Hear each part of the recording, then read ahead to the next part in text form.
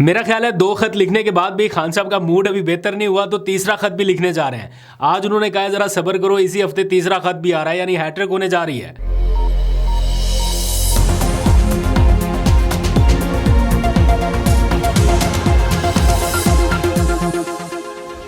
बिस्मिल्लाहिर्रहमानिर्रहीम, अस्सलाम वालेकुम। पाकिस्तान और दुनिया भर में देखने और सुनने वालों को अब्दुल कादिर का सलाम। आज का दिन बड़ा हंगामा खेज था। आगाज वुकला के एहतजाज से हुआ सुबह सवेरे और इख्तिताम सुप्रीम कोर्ट में एडिशनल जजेस की तैनाती से हुआ। यानी वो अमल जिससे रोकने की हर मुमकिन कोशिश हो रही थी वो हो गया। फिर इसके साथ बिल्कुल सुप्रीम कोर्ट के बिल्कुल साथ वाली जो बिल्डिंग है पार्लियामेंट की है, वहाँ पर आज कौमी असम्बली का इजलास था। बड़ा गर्मा गर्म इजलास रहा। उसकी भी कार्रवाई आपको बतानी है क्योंकि पीटीआई ने भरपूर किस्म का एहतजाज किया। वो कुछ अरसे से एक मखसूस तरीके से एहतजाज करते आ रहे हैं। इजलास में शिरकत करने से पहले सारे लोग इकट्ठा होते हैं, भरपूर किस्म के नारे लगाते हैं हुकूमत के खिलाफ, वज़ीर आज़म के खिलाफ, और वो एक मखसूस लक़ब जो आजकल उन्हें मिला है वो बार बार पुकारते हैं। नारे लगा के वीडियो वायरल होती है और फिर साथ ही वो जाते हैं ऐवान में, वो प्ले कार्ड्स उठा के, तो वहाँ पे भी आज भरपूर नारेबाजी होती रही।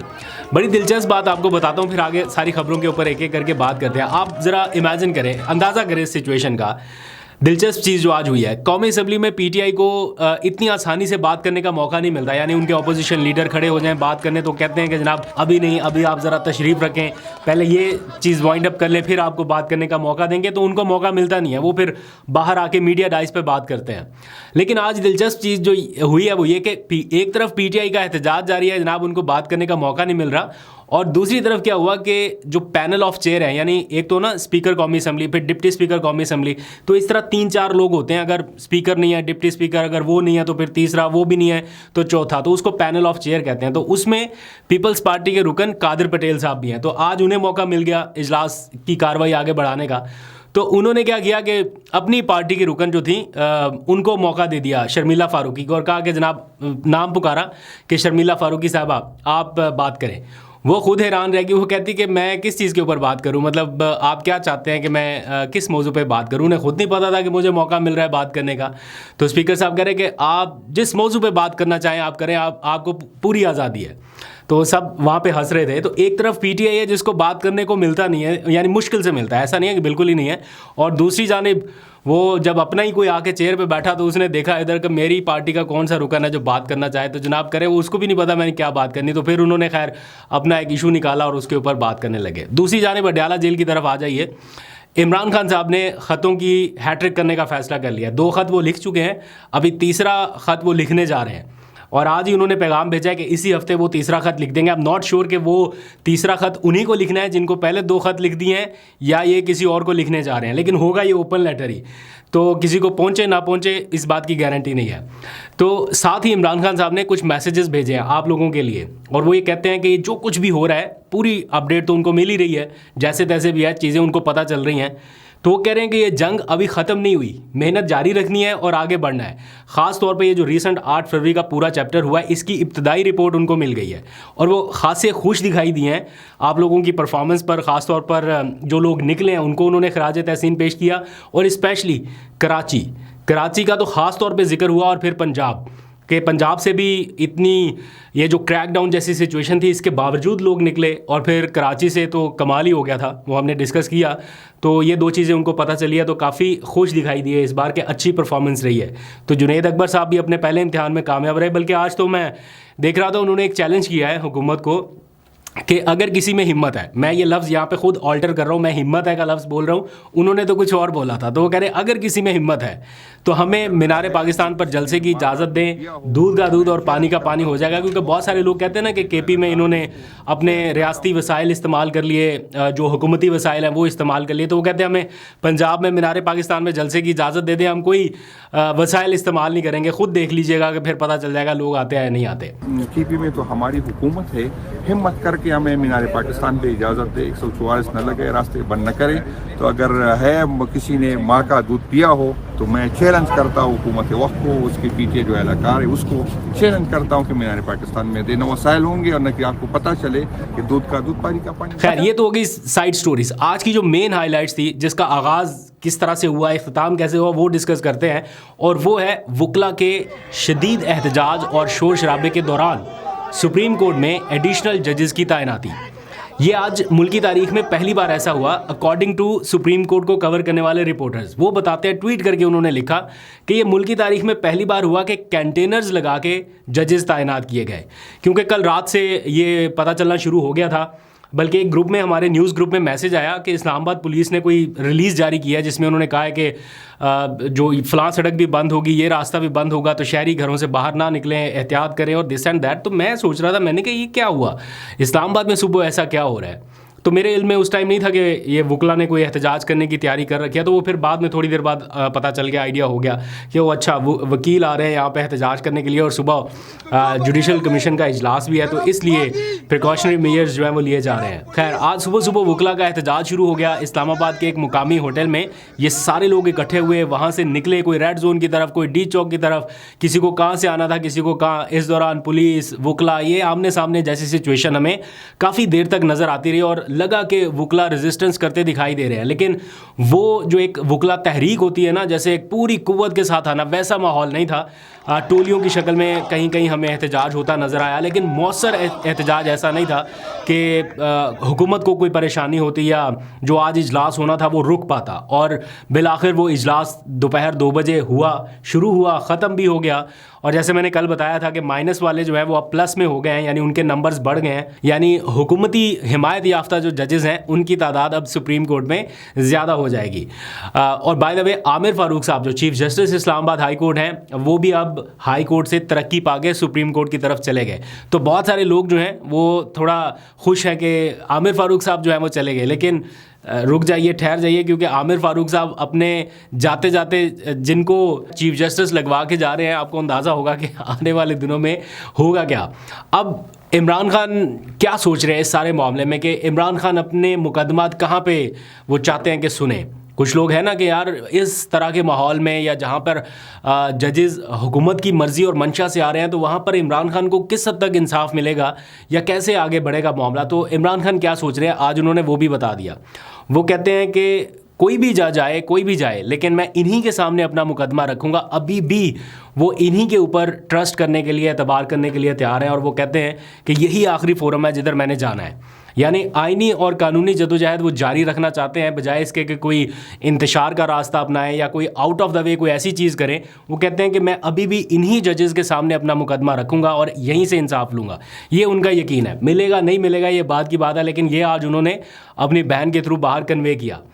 अब बहुत सारे लोग ये पूछ रहे हैं बल्कि कि ये कोर्ट पैकिंग है या अदलिया का हथियार डालना है। ये बहस अभी चलती रहेगी, बहुत लंबी चलनी है।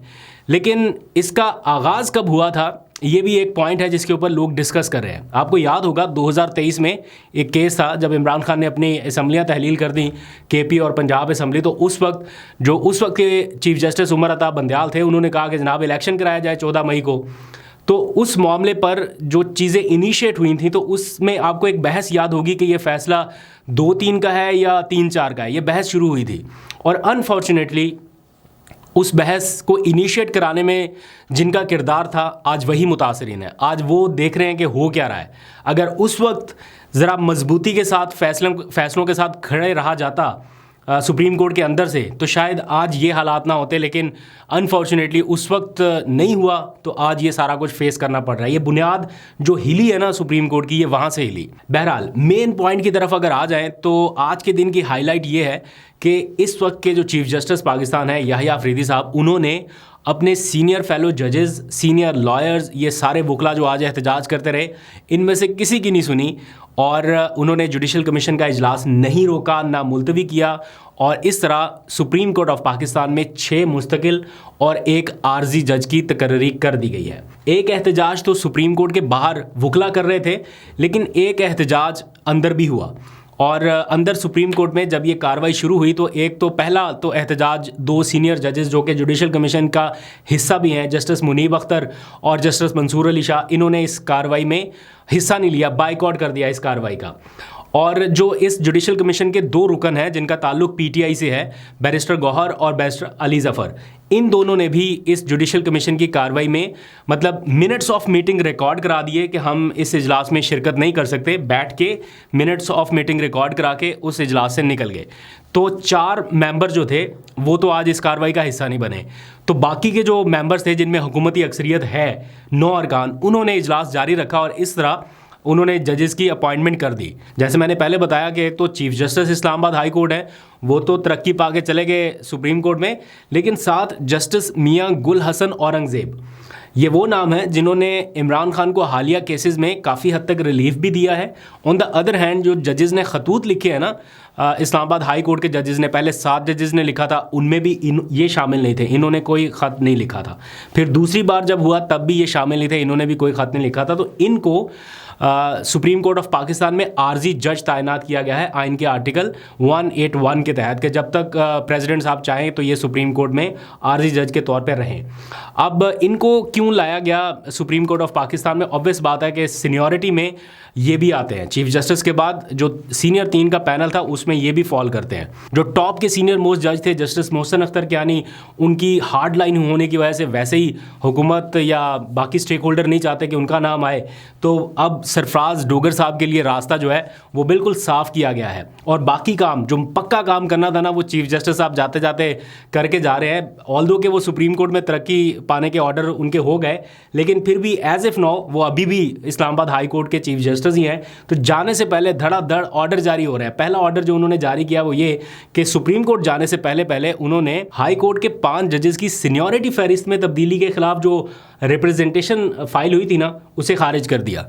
और उन्होंने ये करार दिया है कि सरफराज डोगर साहब जो लाहौर हाई कोर्ट से आए हैं वो सीनियर 3 जज होंगे, उनका फ़ैसला बरकरार रखा गया है और उन्हें नया हल्फ लेने की ज़रूरत नहीं है। तो ट्रांसफ़र होकर आने वाले किसी भी जज को उन्होंने कहा है कि हल्फ लेने की ज़रूरत नहीं है, वो बगैर हल्फ के काम जारी रख सकते हैं। और यूँ वो सीनियरिटी लिस्ट पे अब टॉप नंबर 1 पे आ गए। तो रिप्रेजेंटेशन जो थी 5 जजेस की जो उन्होंने ख़त लिख के किया था वो खारिज कर दी गई है।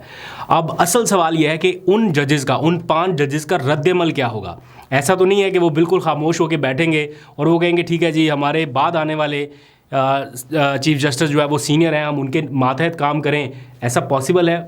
अल्टीमेटली होना तो यही है, बट क्या इनिशियली कोई रद्द-ए-अमल आएगा, इसका इंतज़ार करना पड़ेगा। आपको अपडेट करेंगे। इसके साथ साथ जो दूसरा फैसला चीफ जस्टिस साहब जाते जाते करके गए हैं वो ये कि जस्टिस बाबर सत्तार और जस्टिस सरदार एजाज इसहाक खान साहब, उनसे उन्होंने जिम्मेदारी वापस लेके जो नए आने वाले एडिशनल जज हैं जस्टिस राजा इनाम अमीन मिन्हाज साहब, उनको इस्लामाबाद हाई कोर्ट के कानूनी अमूर का जज मुकर्रर कर दिया है। तो ये बड़ी दिलचस्प बात है कि चीफ जस्टिस साहब जाते जाते अपने बाकी पुराने फेलो जजेस को कमेटियों से निकाली जा रहे हैं धड़ाधड़, एक के बाद दूसरी, दूसरी के बाद तीसरी, ये पता नहीं चौथा 5वां नोटिफिकेशन है। और जो नए आने वाले जजेस हैं उनको धड़ाधड़ अकोमोडेट किया जा रहा है, ये जानते हुए भी कि वो कोई सीनियर मोस्ट जजेस नहीं है या वो अभी एडिशनल जजेस हैं, अभी पक्के जजेस नहीं हैं, मुस्तकिल जजेस नहीं है, लेकिन फिर भी नए जजेस को नवाजा जा रहा है। इस पूरे सिनेरियो में जो मैंने अभी आपको बताया, इसमें एक सियासी जमात है जो खुल के बात कर रही है, खुल के अदलिया के साथ खड़ी हो रही है, और वो है पाकिस्तान तहरीक इंसाफ। उनका बतौर जमात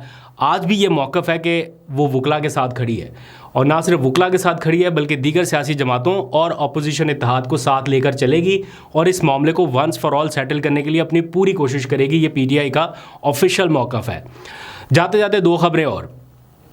एक तो मैंने आपको वो कोट अदूब में एक मामला हुआ है, किसी की वफ़ात हुई है हादसाती तौर पे पुलिस रेड के दौरान, या जो भी एक एपिसोड है उसमें क्या मौक़िफ़ है एक्चुअली, वो मैंने थोड़ा सा आपको बताना है। लेकिन उससे पहले ख़बर ये कि पीका एक्ट के ख़िलाफ़ जो PFUJ यानी Pakistan federal union of journalist की एक दरख्वास्त थी सीनियर एंकर्स की, वो मुकर्रर हो गई है इस्लामाबाद हाई कोर्ट में। और एडिशनल जज साहब ही, अगेन एडिशनल जज साहब जस्टिस राजा इनाम अमीन मिन्हाज साहब कल इन दरख्वास्तों की समाअत करेंगे। तो उनसे क्या तवक्कुआत की जा सकती हैं, देखते हैं जब वो केस अपना सुनने शुरू करेंगे। दूसरा, चौक सरवर शहीद, ये एक मामला है पुलिस रेड का कोट अद्दू के करीब, जिसमें बताया गया है कि गुज़िश्ता रोज़ जो एहतजाज वगैरह 8 फरवरी का हुआ उसमें PTI के कोई मुकामी रहनुमा है और गल्ला मंडी के गालबन कुछ सदर भी हैं यासिर मान साहब, उनका अचानक इंतकाल हुआ। इस मामले में बहुत सारी स्पेकुलेशंस आ रही हैं। मैं चूँकि चशमदीद गवाह नहीं हूँ इस चीज़ का, मुझे कंप्लीट एग्जैक्ट मालूमात नहीं है, लेकिन पीटीआई के जो वहाँ के मुकामी एमएनए हैं शबीर कुरैशी, वो क्या कहते हैं, उन्होंने आज एक वीडियो पैगाम रिकॉर्ड कराया पार्लियामेंट में। मैं चाहता हूँ कि ज़रा आप लोग सुन लीजिए और अपनी राय का ज़रूर इजहार कीजिएगा। अभी तक के लिए इतना ही। अपना बहुत सा ख्याल रखिए। अल्लाह हाफ़िज़। सर बताइएगा अभी क्या मामला रूनुमा हुआ है आपके साथ? बिस्मिल्लाहिर्रहमानिर्रहीम। जी कल मेरे हल्के ज़िला कोटदू में ये एक बड़ा सान्या हुआ है। कल रात को हमारे एक दरीना साथी हैं चौधरी यासिर जट साहब, हाँ। वो चौक सरवर शहीद तहसील में वो गला मंडी के सदर भी हैं, इंतहाई एक रिस्पेक्टेबल सिटीज़न है, हर दिल अजीज़ हैं। उनके घर पे पुलिस ने रेड किया कल रात को 11 बजे। मामला था 2 ग्रुपों में ज़मीन का, जिनसे उनका कोई लेना देना नहीं था, सिर्फ शक की बुनियाद पे पुलिस ने वहाँ पे रेड किया। चादर चार दीवारी का तकद्दुस पमाल किया। उन्होंने उनको बहुत रोकने की कोशिश की, समझाने की कोशिश की, लेकिन वो बाज ना आए, बल्कि 2 अजला की और नफरी मंगवा ली। उसके बाद उन्होंने आंसू गैस की शेलिंग की, उनकी तमाम जो गाड़ियाँ खड़ी हुई थी वो तोड़ दी, उनके जो ट्रैक्टर ट्रालियाँ थी उनमें रेत भर दी।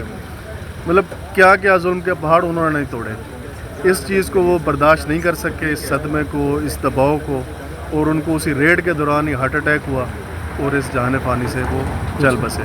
तो मैं रिक्वेस्ट करूंगा चीफ जस्टिस साहब से कि और तो हमें इंसाफ की उम्मीद नहीं है जनाब, आप खुदारा इसका नोटिस लें, इस पर एक जुडिशल इसकी इंक्वायरी की जाए और जो इसके ज़िम्मेदारान हैं उनको मुअत्तल किया जाए, जो पुलिस के अफसर इसमें इन्वॉल्व हैं, और उनके ख़िलाफ़ सख्त से सख्त कार्रवाई की जाए। उनके जो लवाहिकीन थे वो आज सरापा एहतजाज थे, उनके घर में जो है वो क़यामत बरपा है, वो सड़क पे रख के उसको एहतजाज करते रहे हैं। तो मैं इसकी भरपूर मजम्मत करता हूँ।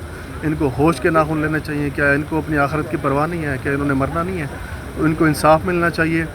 जट फैमिली को, उनके जो भाई हैं चौधरी वारिस जट साहब, वो वहाँ के यूसी के चेयरमैन भी हैं, इंतहाई रिस्पेक्टेबल सिटीज़न है, और उनके साथ ये सलूक किया गया है। मैं समझता हूँ इंतहाई काबिल मजम्मत है।